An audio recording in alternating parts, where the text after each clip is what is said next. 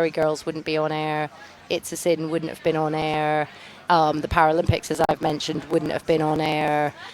It's an interesting place to be, Founders Forum, because there's like investors, there's tech people, but really what's interesting is there's creative entrepreneurs and there are founders. And there are some of the people who've got the most interesting minds, you know, in the UK and internationally. They're people who think of ideas, you know, like Thomas Heatherwick is here, or the guy who runs Thrive is here. I think you have him on the stage later. And then they have got thoughts about what can change in society, about what's new, about what tech can do for us. And that's a really interesting place to be, is what's the confluence of their thinking, and it helps you to kind of come up with new ideas. Innovation and entrepreneurship is, of course, all about, as you say, embracing change, bringing new ideas to the table and kind of disrupting industries. And I know, 40 years have passed, but so a lot of people might have forgotten that Channel 4 was actually destined really to be a disruptor in broadcasting. Can you remind me a little bit about why Channel 4 was first dreamt up? Well, it was founded in 1982, dreamt up actually by Margaret Thatcher, which sometimes you would feel is hard to believe, given some of the programming. But the idea was to create... Maybe more tolerant than some of her her successors? As you know, I'm politically impartial. I think to create change, so to do innovation, to come up with new things. Particularly, it was the founder of what we now know as the independent production, which is the sort of linchpin of the creative economy in the UK. We're specifically mandated by law to only spend money with external companies. So we fund like 700 million or so of content production a year, and we do that with lots of little businesses across the UK. In fact, now more than half of our money is spent outside of London. So it was developed as an innovation, you know, an intervention and an innovation in our industry, fundamentally with purpose. So it's not for profit, doesn't have any shareholders, it's owned by the public, you know, very much the public are our shareholders, if you like, and it's there to create change. And it's to do that by representing unheard voices. Now, the unheard voices change all the time. Like when we started, maybe the unheard voices were about LGBT rights, you know, and then over time it's been about ethnic minorities, or it's been about, you know, women's rights. So that's really important, representing unheard. It's also about how we do the news. You know, we're an extremely trusted source of news, and that's because we give a voice to other opinions. It's about challenging with purpose, not challenging like a teenager just for the sake of it, but challenging with purpose, and about constantly reinventing things with the mission that if you do all of that together, what you'll do is create change. And that change will be positive change that creates a positive social impact, often by just getting people to change their mindset a bit or giving them a different opinion. And what does public ownership allow you to do that private ownership wouldn't? Well, for the uninitiated in the broadcasting industry. Well, it's a very good question, isn't it? Because public is about being really clear on two things, I would say. One is that you're purpose-driven as an organization, so you're there to deliver the purpose of the organization. And the other is about being not-for-profit.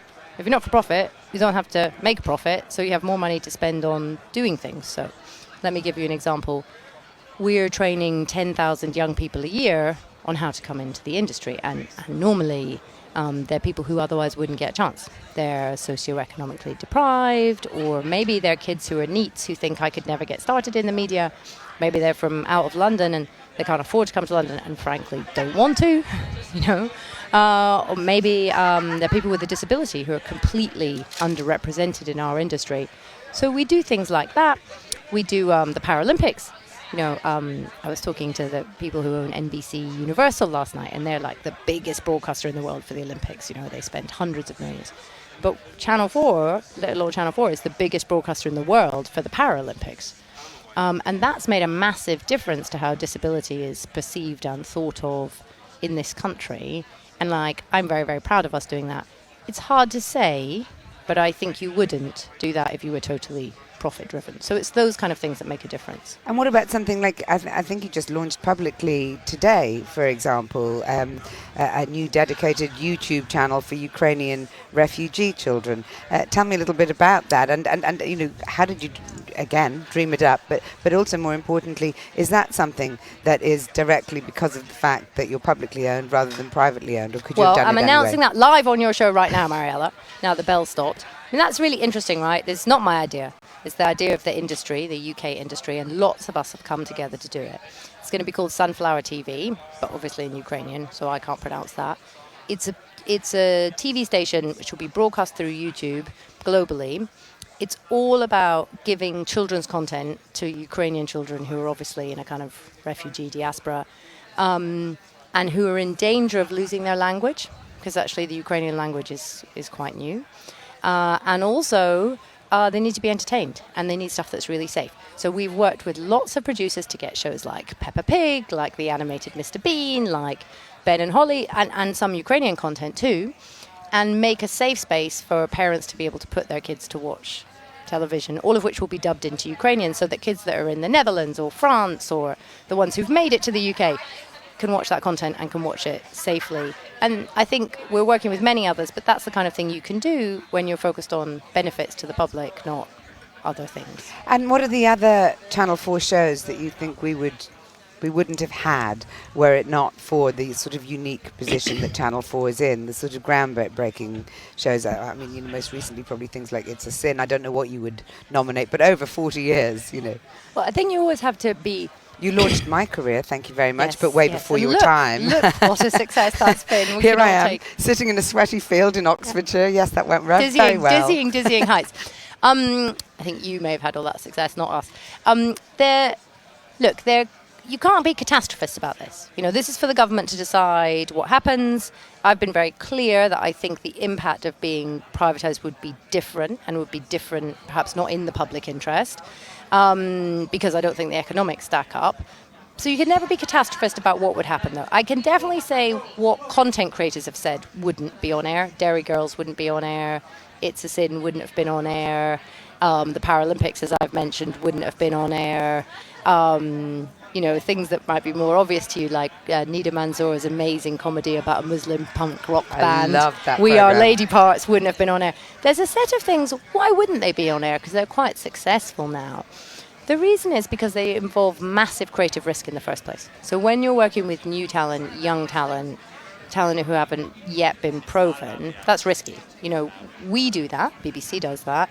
Netflix and Amazon don't do that because it's not profitable. They wait till talent are successful. So those are the kind of impacts and consequences that we need to be careful of. And this has got a while to run. It will go through Parliament. People will debate it. It's sort of out of my hands because ultimately it's a parliamentary decision. But I think you have to think about ensuring that we think about impact on the UK, impact for young people, impact on the digital economy, because we're the most digitized of the broadcasters. And we are fundamentally about young people, impact on levelling up, training and skills, all those things. Those are the things we've got to be careful that we protect. One of the things that was mooted as a reason for privatisation was that it would facilitate Channel 4 to compete with the likes of Netflix and Amazon. And I know that, you know, in terms of the digital first initiative, that is in a way an attempt to compete with them, but is that really a likely ambition for Channel 4, that it would ever compete with Netflix? I mean, it's a very different thing, isn't it? I think it's a very different thing. I mean, we're doing very well. You know, when our annual report comes out, you'll see that we're very financially sustainable, arguably in the best financial health we've ever been. Revenues grew over 20% last year. We made £100 million surplus. Digital advertising is growing at over 40%. So we're in a really good state.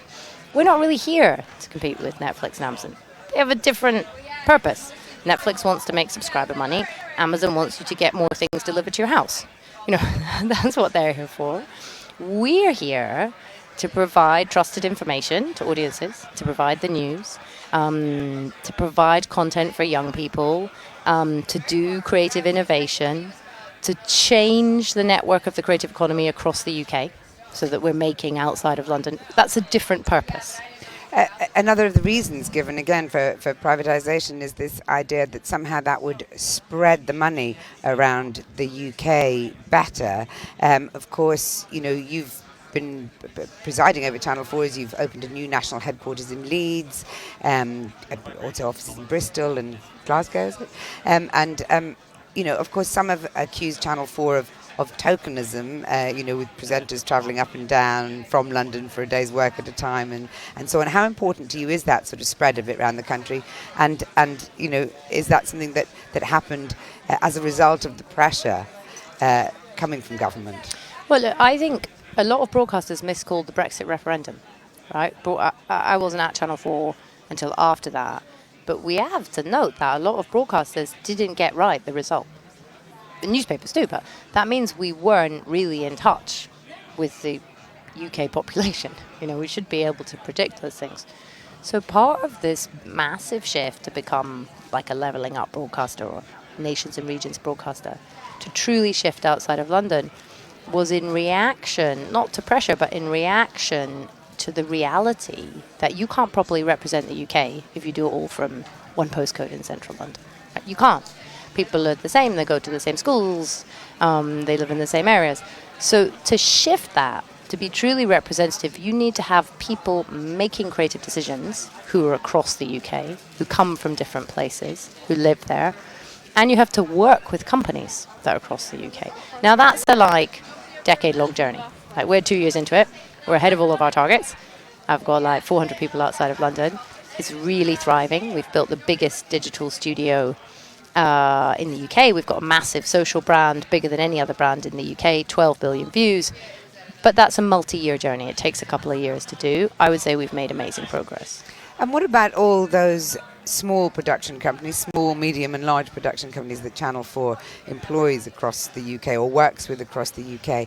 How would they be impacted by privatisation, if that isn't too naive a question? Because one of the things that we're told is that privatisation would spread the money further around the UK. I've worked, apart from this job, in private business all my life. And I worked for companies about making money. So I'm very focused on what are the economics. At the moment, if Channel 4 was sold, and if a private owner followed the new legislation as currently set out, it could mean an impact of £286 million a year on those small companies, and an impact of about £86 million a year being spent less outside of London. So I do think as this debate goes on, those are things we need to think about, because those are not necessarily the best outcomes for the creative economy, nor are they perhaps the best outcomes for companies, people, audiences outside of London. Was it a fight that you were expecting ever since that statue of Boris melted on Channel 4 News? It wasn't a statue, it was an ice block. Ice block, a temporary statue, some might call that. Just for the record. I think don't take the Channel 4 job expecting an easy life. It's not very quiet. I don't think there's ever been a dull moment. In your mind, you think it will involve swanning around at a lot of maybe production visits, maybe a set visit to Naked Attraction, maybe collecting a couple of awards, but it's nothing like that. It's never simple, but that's sort of part of the joy of it. It's a very special brand, and it's a joy to be involved with. When did this idea of you becoming a businesswoman, in parentheses, emerge? And were you a nerdy little science girl? Because you're very glamorous now. You want me to say I was a nerdy science girl, thick don't glasses. You? I didn't have glasses. I was probably quite nerdy in some ways, because I did physics. I was never very serious. I did physics, and then I did a physics PhD. I think I was always really curious. So I was always really curious about things. And I think going to do physics, and I really wanted to be an astronaut. I was leader of the European Young Astronauts, and I went to space camp and Star City in Russia, and I hung out with the cosmonauts, who were old, sweaty men, not unlike some of what we see today. And some young, sweaty men around as well. Lots of sweaty men. And only fragrant women. I really wanted to do that. I studied physics for a long time, but I think that came from being curious. I was always really curious about things and about people. It came a bit from my upbringing and background, so I think it probably came from that. Anyway, in the end I realised I'd probably better go and work in business. Tell me upbringing background then. Well, my father was American, and Irish-American, and he was in Vietnam, and he was on leave, and he met my mother in Australia. Stop it, that's a movie script. Yeah. But unfortunately, after Vietnam, he then got PTSD, and he was severe manic depressive. So for a long time, he was physically separated from me in America, but I was very close to him. And he worked in all kinds of things, from prisons to security to waitering to QVC. And I hung out with him a lot, and I got to see a lot of maybe more the underbelly of America. And hung with lots and lots of different people. And that taught me a lot about talking to all kinds of people And also maybe about the thinness of the line between being marginal in society and being relevant in society, and to have probably quite a lot of compassion for those of us who are on a different side of the line, because it's very easy to be there. And the space dream, what shattered it? I mean, it sounds like you went quite a long way towards it. We had to be like quite physically fit. Well, you are.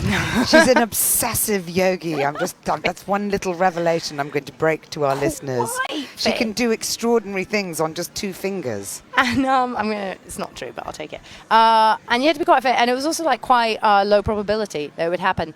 And then I thought, okay, there's like a matrix in life of like high reward, low reward, risky, not risky, and probably being in you're never going to get paid much and it's really risky, it might never happen, is probably the wrong box.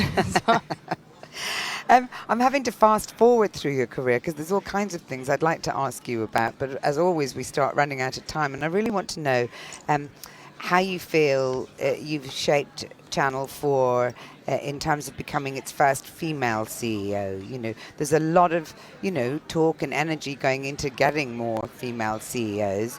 And sometimes I guess there's no harm in stopping and going, why does that make a difference? I think it makes a difference until we get to a place of equitable representation, whether that be about race, whether it be sexuality, whether it be disability, whether it be gender. We're not at a place in the senior levels of business or even the mid-levels where we have equitable representation. And it's going to take us a long time to get there. I started in physics. If we continue to even up physics at the rate we're currently going, it would take another 256 years to get there. That's encouraging. So media is better than that. But I think till we get to the point where there's like 50% women CEOs, 50% minority ethnic, 25% minority ethnic, 40% of people from working class backgrounds, we're not in an equitable representation place. 12% for disability. We've got to get to there, and we've got a long way to go. So until we do, I think it's really important to talk about. I think it's also really important for those of us who have had the opportunity to think about how we pull up others. In which you are quite unusual, I would say, because I think there are a lot of women who, achieve positions of some power and then don't want to be, as it were, dismissed as women, so would be reticent to bring in things like your groundbreaking menopause policy. I think you were one of the first companies in the UK, if not the first, to have a policy for menopausal women. Do you have any worries about doing things like that in terms of it, defining you as a woman in the job? Do you know what I mean? Well, I think the job is like, I'm lucky, right? I've got a job where it's a platform for making change, and I've got a loud voice. So I could waste that opportunity by worrying about myself, a bit selfish, or I could use it for positive change. I can't really speak for those other women. But I think you've got a responsibility. You've got a societal responsibility, and that's if you've got a strong, positive moral framework, you're going to think about that. If I didn't do that, what, would people not notice I was a woman? I doubt it. Not in those heels. You're not wearing them today, but frankly... I just think you've got a responsibility as a leader, and the more senior you get, the more you should be using that. Some people might say that I wouldn't ask this of a man, but in the time that you were at Shine, incredibly successful, built up that business, 8 years I think you were there, and I think you had 4 children. Yeah, I had 4 children. During those 8 years. I still have 4 children. Yes, gave birth, shall I say, to 4 children during that period. And of course, there's endless talk about how women manage, whether it's harder for women, how the juggling goes, and so on and so forth. And you do have the whiff of a sort of, what was her name, Nicola Horlick, was it, about you in terms of the fact that you manage that, you run Channel 4 in a rather exemplary way, and still manage to look fresh and glamorous and wear a fluorescent skirt here today at the Founders Forum. So how do you do it? So I would say a few things. Like, that's like, might look calm on the outside, but reasonable degree of chaos, like it is for any working parent underneath, of people having gone to school with the wrong things, somebody not having the swimming trunks, somebody's lunch not having been delivered. So that chaos goes on for me in completely the same way. I'm probably quite lucky that I was brought up by a mother who was working too, and she's like quite optimistic, and is someone who takes on challenges actively, and she's an optimist. She's been married 4 times, the fourth of which was quite recently. So I'd say she's able to tackle challenges and keep on motoring. But she brought me up to she and my father probably brought me up to not spend my time worrying about what other people thought. Not that what other people think is wrong, but it's was not interesting to them to be conventional. And that's helped me with the whole working motherhood thing, because I haven't worried about sort of the shadow of having had perfection in my own home. And then it's just that normal degree of chaos. I'm really lucky though, right? Because I'm paid enough to be able to get help. That makes a massive difference. I think we often as women read a load of articles that make it all seem like it's smooth and easy. It isn't, is it? It's always like a bit chaotic. But being able to get help helps. And just finally, I mean, Sheryl Sandberg famously said, lean in. What's your top tip to women wanting to be successful in the business world, at the level that you've been? Well, I would say, articulate what you want. And what you want shouldn't be the same as what I want or what you want, Mariella, but think hard about what you want. I want a cool kind of bathe in water right now, but in case you're asking. Think about articulate it to others as well and ask for it. We are brought up in general as women to be a polite little girl who appears at the party with a scrub face. And that doesn't lead us to go, I want more money, I want this career move, I'm ready for this next job, I'm putting my hand up where there is opportunity, give it to me. Or say, I don't want this. So articulate it, not in a histrionic or demanding way, but articulate it. And then work out how you ask for the help you might need to get there. I feel like that advice was specifically for me, especially the bit about not being histrionic, but there you go. Thank you very much. Alex Mahon, CEO of Channel4, really grateful to you for joining me today and sweating away on my no natural fibres sofa. Hopefully that would be my tech innovation. Oh, I've forgotten to ask you for the come on, what would it be? Okay, my tech innovation would be something that tracks everything in my mind about all the things I want to watch that are on different platforms and different places, and then just gathers them for me so I can see them without me having a mind cloud of where do I find the stuff that people have told me is good. Let's see if we can get someone working on that app straight away, right now. Again, thank you very much, Alex Mahon, CEO of Channel4.